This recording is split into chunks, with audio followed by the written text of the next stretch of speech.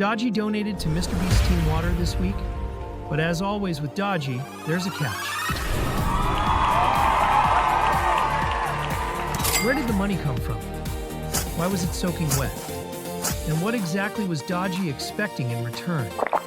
We've got the full story, and a song Dodgy will never live down. So there's Dodgy, 23 years old, sitting in his cruise ship cabin somewhere off the coast of the Bahamas. Wi-Fi bars flickering like a candle in the wind. He's staring down the scariest thing a day trader can face. Not the market, not a margin call, but PayPal asking for a one-time verification code he can't receive because, well, he's in the middle of the ocean. The mission? To make his biggest donation ever, a strangely specific $25,069 to Team Water, Mr. Beast, and Mark Roberts' latest world-fixing project.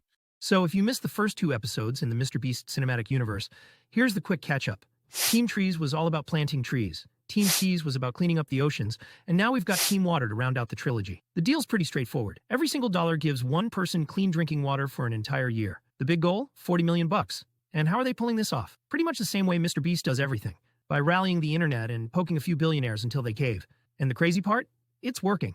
They've already stacked up millions of years of water, which just proves YouTubers can now do charity projects on a scale that used to be reserved for governments. All right, so Dodgy's $25,000 donation is impressive, but sitting at the very top of the Team Water leaderboard is Ken Griffin. If you don't know him, here's the short version. He runs Citadel and Citadel Securities, which means he's one of the most powerful guys in finance. When you hit buy on your Robinhood app, odds are his firm is the one actually making that trade happen and taking a little sliver of profit while doing it. And here's where it gets interesting. Remember the GameStop saga back in 2021? On one side, you had Roaring Kitty, aka Keith Gill, the small-time trader who became the face of the retail army. On the other side, Ken Griffin, the billionaire hedge fund boss whose firm helped bail out funds that got wrecked betting against GameStop. Now fast forward to Mr. Beast casually asking him for help on live TV. Griffin doesn't flinch. He just drops $2.25 million into Team Water like it's loose change from the couch cushions and instantly takes the top donor spot. So, let's give Dodgy his flowers. Dropping $25,069 at 23 years old is nothing short of incredible. And the message he wrote with his donation really says it all. Thanks for this opportunity. This is my biggest donation ever. I'm super grateful I can do this at just 23 years old. Let's get to 40 million. That's inspiring stuff. In fact, it got us to donate too. Now, we don't have Dodgy-level cruise ship money, but we did donate $169, and that's a real donation. Dodgy gets full credit for putting Team Water on our radar. Of course, Dodgy did his Dodgy thing. Like, who else tries to fire off a 5-figure donation from the middle of the ocean on spotty Wi-Fi? Or casually DMs Mr. Beast like they're besties? The whole video, which you can check out on his YouTube channel, has this wonderfully over-the-top energy that only Dodgy can pull off. So when we ran it through our cobweb factory, you know, that thing we call a brain, the result was obvious. Since you all love the Sausage Party song so much, and if you missed it, roll back to week 19, there was really only one rational adult response to this story. Turn it into a hit, and here it is, another certified Dodgy banger. Now I know ICT traders aren't exactly Swifties, but we can still hope Dodgy breaks the internet the way Taylor Swift did. She literally crashed YouTube just by announcing her new album on her boyfriend's podcast. And for all you football fans who swear Travis Kelce ruined football by dating Tay-Tay, good news. She's headlining the Super Bowl halftime show this year, allegedly. Wink, wink. Oh, and while you're here, please consider donating to Team Water. The campaign ends August 31st, 2025. Every dollar equals 1 year of clean water for someone who needs it. Dodgy brought the big splash. Now it's our turn to keep the ripple going. Last time it was sausage, just busting in the sun. Now I'm on a cruise ship making big boy fun. From barbecue smoke to Bahamas breeze, Dodgy's out here chasing internet dreams. I'm in my stateroom, Wi-Fi crawling like a snail, trying to send a PayPal before the signal bails. Told Mr. Beast on Twitter, Jimmy, it's tonight. Been a day late, but that's alright. 25 grand and $69 more. Typing that amount like I'm settling a score. If my bank calls me, can't even reply. Middle of the ocean, just floating on by. Mr. Beast, he knows my name, I think. Yeah, we're best friends now, probably maybe wink. Mr. Beast, Jimmy, you're my bro. One tweet away from the greatest collab show. Mr. Beast, this friendship's real, I swear. Even if you block me, Jimmy,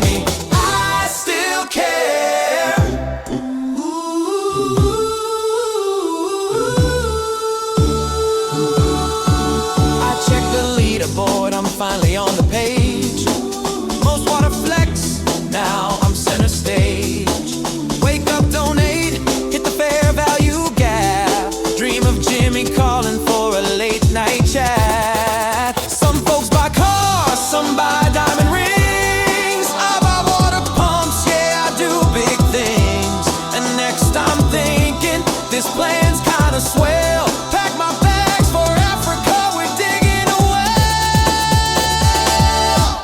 Pack my bags for Africa, we're digging a well. Look, it's a giraffe, we're digging a well. Oh no, an elephant, we're digging a well. Is that a lion? Mr. Beast, he knows my name, I think. Yeah, we're best friends now, probably maybe wink. Mr. Beast, Jimmy, you're my bro. One tweet away from the greatest collab show. Mr. Beast, this friendship's real, I swear. Even if you block me, Jimmy, I still care.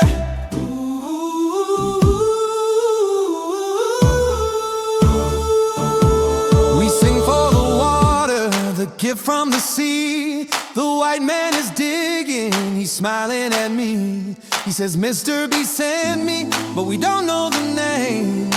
Still we dance for the well all the same. I came with a shovel, I came with a dream. Not just donations, I'm part of the team. The river's behind us, goodbye Tommy Hale. Now we drink crystal clear from Dodgy's new well. Mama, why is the white man digging us a well? Drink your tap water, my son. Well, well, well.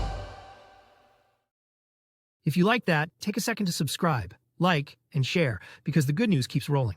First up, a huge congrats to Alex, who didn't just win the Patrick Whelan Challenge once, but twice. Back-to-back weeks, $5,000 each, for a grand total of $10,000. Goodbye. Well, that's it, boys. The 10-day mentorship is done. I think the winner goes to Alex. $5,000. Nice. That's fake, but I'll get you the real stuff. Don't you worry. Greg may have won the fans, but Alex walked away with the trades and the cash. Big thanks to Patrick for putting on 2 weeks of pure entertainment. You really couldn't have picked two better guys for this mentorship.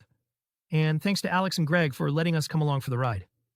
Patrick's already planning the next battle, this time featuring female traders. And the prize on the line is a cool $25,000. In Tori Trades land, her sister Peyton hit a huge milestone this week, taking the first $1,000 trade in her live personal account. Peyton just closed her first $1,000 live trade. Real live cash money, baby. Oh, shit. Well, it's $1,000 now. Shut up! Fuck this shit, I'm closing that bitch. That's the kind of win that keeps you showing up day after day. Big props to Peyton. May it be the first of many $1,000 days. And speaking of milestones, Tradeify just turned 1 year old. Happy birthday to the baby prop firm that grew up fast. To celebrate, they've rolled out an amazing straight-to-funded birthday deal. $25,000 and $50,000 Lightning-funded accounts are 50% off, good through Monday, August 18th. Just use code FFF. All other accounts are 30% off through the end of August. And before we wrap up the good news, don't forget to check out our trading channel, Futures for Our Future Trading. Our latest video is Why Losing is the Secret to Winning in Trading. If you've been struggling with revenge trades, overtrading, or trying to Jedi mind trick the candles into moving your way, this video will show you how to flip your mindset so losing stops feeling like failure and starts becoming your edge. And make sure to subscribe so you don't miss the next video with more insights that just might be the key to leveling up your trading. Welcome to Trader Talk TV. I'm your host, J Money. Every episode, we break down the latest Twitter drama, prop firm meltdowns, and the biggest news shaking the future space. We've got it all. Charts, hot takes, and just enough chaos to keep it interesting. Let's get into it. Now, speaking of chaos, if you caught Topstep TV's Fast Markets this week, you already know where this is headed. JesseW shows up expecting a routine trading day. Share a few levels, drop some analysis, keep it moving. But the chat had other plans. They started dropping dimes like jailhouse snitches. Wait, isn't this the guy who's always critiquing Topstep? And just like that, boom, Jesse wasn't a guest anymore. He was on trial for crimes against prop firms. What followed was awkward, heated, and honestly kind of telling. So today, we're breaking it all down. What Jesse actually said, how Andre the host fumbled it, how the chat went nuclear, and why the whole mess says more about trading culture than it does about Jesse himself. Because let's be real, if folks can't handle a little criticism about a platform, how do you think they handle being read on a live position? Look, Jesse's been straight about this from day one. Topstep's in his top 10. If he thought they were garbage, he wouldn't even trade there. But he's also not going to ignore the problems either. Platforms freeze, accounts lock up, people freak out. It happens. And when it does, Jesse talks about it. To him, a prop firm's just a tool. You don't worship your hammer, you just swing the thing and get the job done. Speaking of hammers, my favorite hammer is this old beat-up one my uncle gave me. Thing's got duct tape on the handle, weighs like 10 pounds, and every time I swing it, I'm either fixing something or breaking something. One time I tried to hang a picture, missed the nail completely, and put a hole in the drywall the size of Texas. My wife said, "Congratulations, you just installed a new window." So, yeah, big hammer guy over here. Now, let's be clear about what actually went down. Andre wasn't just asking one question and moving on. He kept hammering Jesse about the comments. Why'd you say this? What did you mean? Explain it. Over and over, like he wanted Jesse to confess to some crime on live TV. And here's the thing, Jesse actually tried to give him an out. He said good things about Topstep, reminded everyone they're in his top 10, and tried to steer it back to trading. That was Andre's chance to drop it, but Andre wouldn't let it go. He just kept pressing. Finally, after being pushed and pushed, Jesse gives him a brief answer. He mentions the freezing issue, he mentions the confusion with trade-of-8 balances, stuff the whole chat was already talking about, and he asks the question straight up. So what happens to traders in that situation? That's it. A fair, simple question. And instead of answering, Andre gets defensive and tries to turn it back on Jesse. At that point, you've got to ask yourself, why is the host of the show acting more rattled than the guest? Jesse kept his cool. Andre made it into a scene. And honestly, Topstep looked way worse for it. People get emotional about their trading tools, brother. And as many good things I've said about Topstep, I've also been critical of certain things about Topstep, just like other firms as well. Okay. And that's it. That's why. What's your criticism? Well, the last thing was with Topstep X freezing and stuff. People were talking about it all over X last week. So we talked about it on my channel. Critical Topstep X in regards to what? The freezing? So I'm assuming that's what you're talking about. Freezing, yeah. Go ahead. It was about the freezing and then the doing away with all the other platforms and just people trying to figure out what's going to happen with their trade-of-8, if they had a balance in it or not, and they can't access it anymore, whether or not that would convert into a Topstep X account with their original balance from the trade-of-8, stuff like that. So yeah, we've discussed stuff like that on the channel. What do you think, Arnold? All right. I'm going to say something here that not everybody's going to like, but hear me out. Look, Andre had a right to be pissed. He was basically being ambushed by the chat. That's not on Jesse, that's on the show. They do such a shitty job of vetting their guests. They had no idea what was walking through the door. It was obvious Andre was clueless. Jesse literally says, "Yeah, I made a video about your issues." And Andre's like, "What video?" He didn't even know. So now he's live on camera with a guest he doesn't fully understand and a chat that's circling like sharks. Of course, Andre's going to get defensive. Andre smelled that hostility in the chat, and he reacted. Was it professional? No. But did I get why he felt cornered? Yeah, 100%. Is this awkward that you're on with us right now? You had to have expected that the chat would catch up to this. So yeah, I don't know what to tell you, Jesse, but if you don't want to be here, I mean, you don't have to. It's up to you, my man. I don't want to make this uncomfortable for you or uncomfortable for your viewers as well. So you let me know. No, I never brought anything up, and I never said I was uncomfortable. I came voluntarily. Yes, you did. I appreciate that. I guess we can take a look at what it is. I appreciate it, Jesse. Let's get back to the trading. We'll figure out how we want to go keep doing, how we want to keep moving forward here. Man, that's exactly like the BBQ I had last summer. I invited everybody over to my place, right? I'm out there flipping burgers, sweating over the grill, and then I hear this guy in the corner talking trash like, Drew's burgers are kinda dry. And I'm thinking, bro, they're free burgers. Shut up and eat. That's how I saw it. Jesse's out here talking about Topstep's food, and Andre's like, nah, man, this is my house, my rules. You don't get to sit at my picnic table and trash my burgers. I mean, I get it, but still, don't burn the guest in front of everybody, you know? Well, Drew, for once your ramblings actually make some sense. It is a tough situation. Andre's job is to keep the show under control, And yeah, maybe he thought he was heading off a bigger problem. I'll give him that. But let's not forget, this isn't the first time he's blown it. Remember the whole Boomin situation? Guy gets funded by Full Porting. They bring him on the show. And what does he do? Full ports right there on Topstep TV. And how does Andre handle it? By embarrassing the guests right there on air. Now keep in mind, Boomin's a profitable trader. He's got credibility. Andre? Not so much. Not as a trader. That was a total meltdown. And that's 100% on Topstep for failing to vet their guests. Honestly, why would any influencer, trader, or guest who isn't on Topstep's payroll even agree to go on that show? They treat people like garbage. At some point, you've got to stop blaming the chat, stop blaming the guests, and start asking why the hosts and producers keep putting themselves in these spots. That's a Topstep problem, plain and simple. Oh wow, Chris, going straight for the jugular, I see. But you know what I've always wondered? Why does Dakota stay? The guys had some ridiculous offers. Remember when Patrick put $1 million on the table to bring him over to BDH? And then Tradeify came in, offering to double his salary if he'd defect. That's real money on the line. So what exactly is he getting out of Topstep? Because from the outside looking in, it makes 0 sense. Hold up, I know the answer to that one. They get a free $50,000 account every month. That's it, man. Forget loyalty, forget contracts. Free evaluations to blow whenever they want. Who's walking away from that?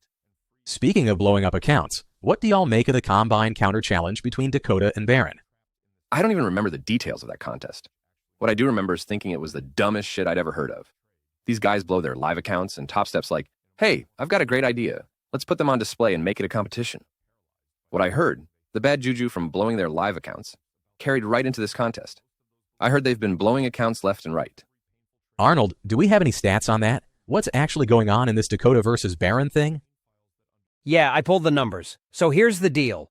Dakota and Baron are in what Topstep calls the Combine Counter Challenge. Basically, both of them gave up their existing live-funded accounts and had to start over from scratch in the trading combine. The whole idea is to show the real process of getting funded again. There are 3 milestones in the contest. First, earn a live-funded account. You get a $2,000 cash bonus. Then, hit the first live payout. You get a $5,000 cash bonus. Finally, reach $100,000 in total live payouts. You get a $10,000 cash bonus plus some big ultimate prize. Now here's where it gets interesting. The winner of each milestone isn't just who gets there first, it's who gets there with the fewest combines blown. And that's been the real story. As of August 13th, Dakota hit that first milestone. He passed his evaluation and earned a live funded account. But it took him 10 combines to get there. Baron? He has blown 25 combines so far. So yeah, Dakota's ahead. But let's not sugarcoat it. Both guys burned through a ton of accounts. Don't they have that program that limits how many accounts you can blow? I think it's called the Focus Trader Plan. Basically, it's Topstep's way of saying, okay buddy, you've hit the wall, now let's reset and see if you can actually trade with discipline. You get put into a structured track with just one $50,000 account, no shotgun resets, no juggling 5 combines at once. The whole idea is to prove you can build good habits, stay consistent, and trade like a professional instead of just gambling your way through resets. Well, that's the whole circle jerk on that thing, right? The so-called trader pledge can be interpreted however they want. It's not some hard and fast law. It's whatever Topstep says it is that day. If they wanted to, they could have slapped these guys straight onto the Focus Trader Plan already. That's the catch. It's all discretionary. They decide when you're being undisciplined and when you're just unlucky. So yeah, the pledge sounds nice, but at the end of the day, it's their call. Look, Topstep's been trying to control people from the beginning, and now it's just becoming obvious. They cut Tradeivate so they could force everyone onto their proprietary Project X platform. Then you've got affiliates like Isaac saying Topstep tried to control what he said on stream. They literally offered him a contract just so they could edit his voice. And then there's the whole breach of contract with PW. And now, they let their own coaches behave in ways they don't even allow their traders to behave. Blowing through accounts just to get back to funded, that's not supposed to be the model, right? So to me, it just feels like Topstep isn't the top anymore. These other firms are stepping up, they're clean, functional, no drama. And honestly, that old Topstep era, it looks like it's gone. All right, boys, we've thrown enough shade for one episode. Today we watched Jesse keep his cool, Andre lose his, Dakota rack up blown combines like their loyalty points, and Baron, well, Baron's out here speed-running resets like it's a video game. Topstep says it's discipline. We say it looks more like damage control. Either way, the era of Topstep being untouchable might be slipping. Yeah, it's like watching Blockbuster brag about late fees while Netflix is out there mailing DVDs. That old model ain't coming back. Hold up. Blockbuster had better popcorn, though. That's a fact. Fair enough. Thanks for hanging out with us. This has been Trader Talk TV. We'll be back with more chaos, more hot takes, and probably more bad analogies from Drew. Until then, trade smart, or at least trade entertaining. We're out. And now it's time for one of our favorite parts of the week, our giveaways. Congratulations to Olubengo, who just won a free Apex evaluation account. We can't wait to see what you do with it. If you didn't win this time, don't worry. We've got another chance lined up. This week's giveaway is a Take Profit Trader 50K evaluation account. To enter, click the giveaway link in the description, complete the quick actions listed, and boost your odds. The more you do, the better your chances. And don't forget the secret word. This week, it's lion. Make sure you enter it in the giveaway form for those bonus points. Now we want to take a moment for Jess. Many of you may have seen her ex post saying that she's taking a break to recover after an accident and surgery. Jess, we hope you get plenty of rest and heal quickly. The whole community is sending good vibes your way. And while we're talking about community, just a reminder that we comb through toxic Twitter so you don't have to. If our show is saving you time, let us save you money too. Use code FFF when buying new accounts. It's easy to use, easy to remember, and all the links are in the description below. Next, let's check in with all of you, because the comment section came through again this week. Forex Psych said he was literally jogging when he heard his name in our last episode. We love that. Surprise shoutouts make cardio way more fun. Dimati888 praised the editing and storytelling, saying we make boring content come alive and could even be working with A-listers someday. Thanks, Dimati. Though honestly, we're happy just being your weekly binge watch. Encore Entertainment Group reminded us, Maserati have the fastest rate of depreciation of any car on the planet. Good to know. Looks like we'll stick to our used Kias. Agel KR11 kept it short and sweet. Amazing content as always. We strive for that kind of consistency, almost like hitting our profit target every day. Jenner B7059 had the most practical take of the week. Get your Take Profit account quickly so that they can continue to afford to pay me out. That's one way to keep the ecosystem healthy. Congrats on those payouts. Josh Norman 2918 kept it simple. Best part of the week. Thanks, Josh. That's exactly the vibe we're going for. Third Eye Navigator said, great video. This channel is going to blow up. Keep up the good work. Peace and blessings. Thanks for bringing that energy, Third Eye. Peace, blessings, and hopefully a couple thousand more subscribers. Big thanks to everyone who commented. Keep them coming. If you enjoyed this episode, click here to check out another great video or explore our full playlist for more. Watch time means the world to us, so please share this with your trading buddies. And if you don't have any, just watch it again yourself. Remember, trading is tough enough. We all deserve more laughs. Thanks again, and see you next week.